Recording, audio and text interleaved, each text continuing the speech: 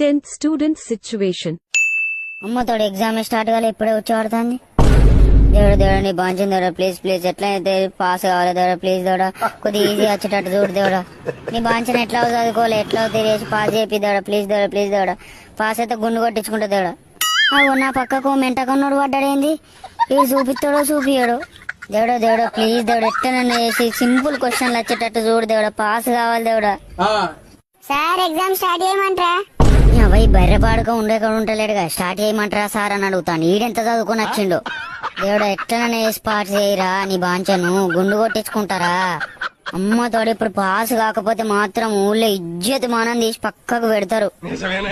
Fail అయితే కథమే, ఇజ్జత్ మానం లేకుండా అవుతుంది. ఊళ్ళో తలెత్తుకోరాదు, చక్కగా వేరే ఊరికి పోవాలి.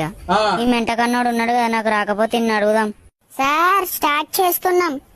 అవ్వ వీనికి ఉచ్చావుతలేదు కదా, ఈడే ఊరోడో ఎక్కడికి వెళ్ళచ్చు.